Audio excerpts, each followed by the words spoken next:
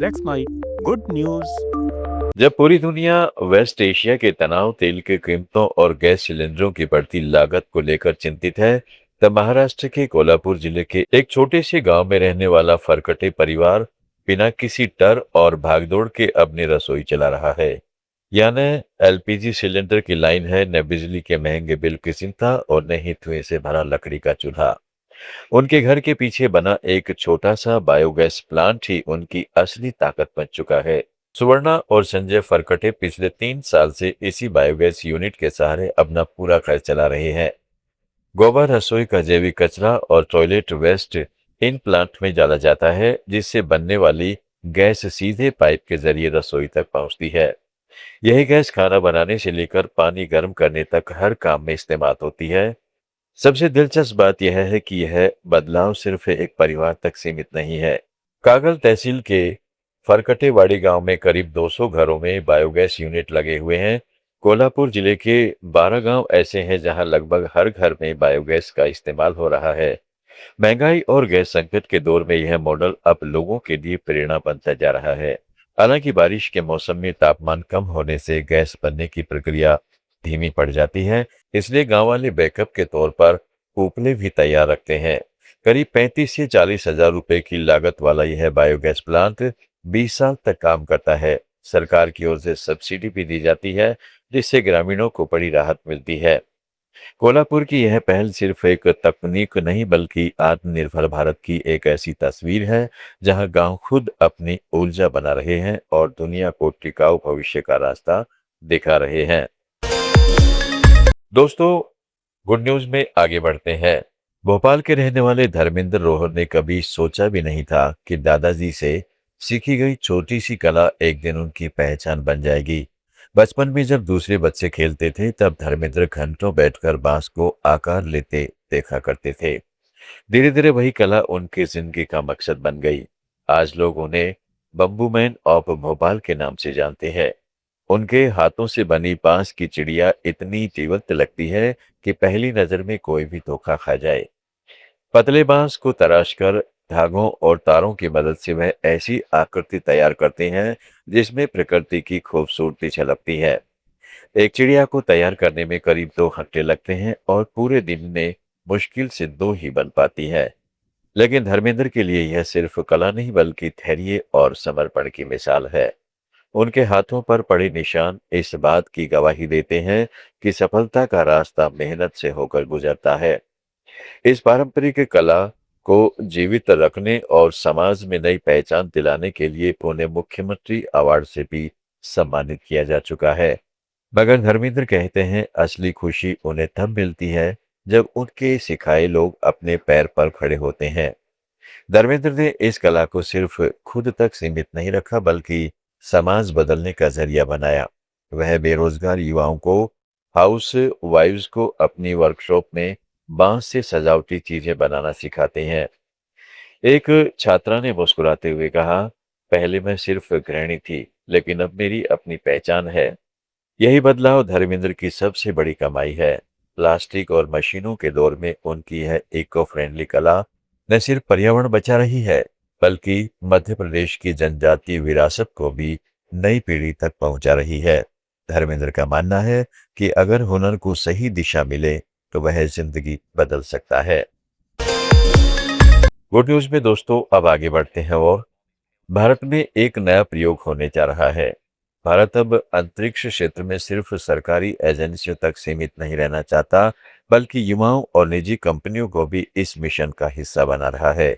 इसी दिशा में देश भर के विश्वविद्यालयों और कॉलेजों में पहली बार 7 अत्याधुनिक स्पेस लैब्स स्थापित की जा रही हैं। इन लैब्स में छात्रों को सैटेलाइट सिस्टम, रॉकेट तकनीक, मिशन डिजाइन और स्पेस रिसर्च जैसी आधुनिक तकनीकों की ट्रेनिंग दी जाएगी। हाल ही में केंद्रीय विज्ञान एवं प्रौद्योगिकी राज्य मंत्री डॉक्टर जितेंद्र सिंह ने इस योजना की समीक्षा की। उनका कहना है कि अब छात्रों को केवल किताबों तक सीमित नहीं रखा जाएगा, बल्कि उन्हें अंतरिक्ष तकनीक के व्यवहारिक अनुभव से भी जोड़ा जाएगा। इसका मकसद युवाओं को भविष्य के स्पेस इंडस्ट्री के लिए तैयार करना है। दरअसल भारत का निजी अंतरिक्ष क्षेत्र पिछले कुछ वर्षों में तेजी से बढ़ा है। बीते 5 सालों में इस सेक्टर में $600 मिलियन से ज्यादा का निजी निवेश आया है। 2019 में जहां इस क्षेत्र में गिने चुने स्टार्टअप थे, वहीं 2026 तक उनकी संख्या 400 से अधिक हो चुकी है। ये startup launch vehicle, satellite, ground station, data सेवाओं और स्पेस रिसर्च जैसे क्षेत्रों में काम कर रहे हैं। ऐसे में कुशल इंजीनियरों और तकनीकी विशेषज्ञों की मांग भी लगातार बढ़ रही है। सरकार इस क्षेत्र को बढ़ावा देने के लिए कई वित्तीय योजनाएं भी चला रही है। 1,000 करोड़ रुपए का वेंचर कैपिटल फंड SIBBI के साथ मिलकर संचालित किया जा रहा है। इसके अलावा 1,500 करोड़ रुपए का टेक्नोलॉजी एडॉप्शन फंड नई तकनीकों को बाजार तक पहुंचाने में मदद करेगा। वहीं नए आइडियाज और प्रोटोटाइप तैयार करने के लिए 1 करोड़ रुपए तक की ग्रांट भी दी जा रही है। अब तक Indian National Space Promotion and Authorization Centre ने 1,000 से ज्यादा आवेदनों में से 129 को मंजूरी दी है। साथ ही 17 विशेष प्रशिक्षण कार्यक्रमों के जरिए करीब 900 पेशेवरों को प्रशिक्षित किया जा चुका है। विशेषज्ञों का मानना है कि कॉलेजों में स्पेस लैब से खुलने से छोटे शहरों के छात्रों को भी स्पेस टेक्नोलॉजी में कैरियर बनाने का बड़ा मौका मिलेगा। गुड न्यूज में दोस्तों अब थोड़ा और आगे बढ़ते हैं। कहते हैं ना, एक अच्छी शुरुआत के लिए उम्र कोई मायने नहीं रखती, और इस कहावत को साबित किया है गुजरात के अहमदाबाद की 98 साल की महिला प्रभा देवी दानी ने। प्रभा देवी 98 साल की उम्र में भी हर सुबह सूरज उगने से पहले उठ जाती है।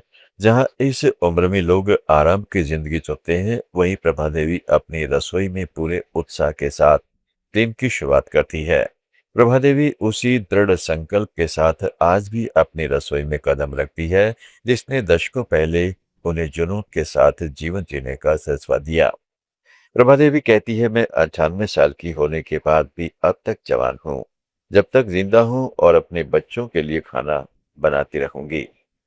प्रभा देवी की शादी सिर्फ 22 साल की उम्र में हो गई थी। इसके बाद उन्होंने अपना पूरा जीवन परिवार, पति और 3 बेटियों की परवरिश में लगा दिया। करीब 60 साल तक घर गृहस्थी संभालते हुए उन्होंने हमेशा लोगों को स्वादिष्ट खाना खिलाने में खुशी महसूस की। उन्हें नई नई रेसिपी बनाना बेहद पसंद था। अक्सर वे पड़ोसियों के घर अपने हाथों से बने पकवान भेजती थी, सिर्फ इसलिए ताकि लोगों के चेहरों पर मुस्कान देख सकें। साल 2017 में पति के निधन के बाद उनके जिंदगी में बड़ा खालीपन आ गया। बेटियां अपने परिवारों में व्यस्त थीं और घर अचानक बहुत शांत लगने लगा। तभी एक दिन उनकी बेटी की सहेली ने पार्टी के लिए खांडवी बनाने का ऑर्डर दिया। यह छोटा सा ऑर्डर प्रभा देवी की जिंदगी का सबसे बड़ा ऑर्डर बन गया। साल 2018 में उन्होंने नानी का नाश्ता नाम से अपना फूड बिजनेस शुरू किया। आज 200 से ज्यादा परिवार उनके नियमित ग्राहक हैं। लोग उनके गुजराती नाश्तों का बेसब्री से इंतजार करते हैं, क्योंकि हर डिश में उन्हें घर का प्यार महसूस होता है।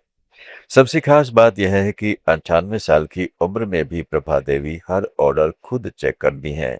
खाना चखने के बाद ही डिलीवरी की अनुमति देती हैं। उनकी कहानी ये साबित करती है कि जिंदगी में नई शुरुआत करने के लिए सिर्फ एक छोटी से मौके और मजबूत इरादे की जरूरत होती है। गुड न्यूज में दोस्तों आज इतना ही। जुड़े रहें लेट्स माइक के साथ। आप सुन रहे थे let's mic more than radio. Follow कीजिए हमें हमारे सोशल मीडिया प्लेटफॉर्म्स पर। It's time for news. It's time for more than radio. Presenting the first radio news app, Let's Mic. Let's Mic, a news-based app on your phone where you get to watch and listen news, talk shows, interviews, radio show podcasts. On Let's Mic, you get all relevant information of TV, print, radio, podcast, and digital.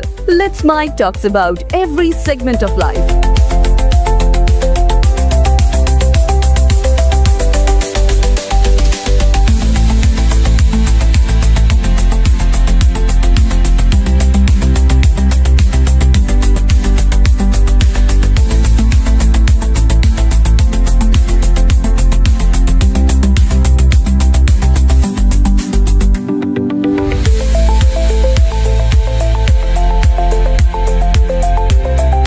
Download app now from Play Store. Available both on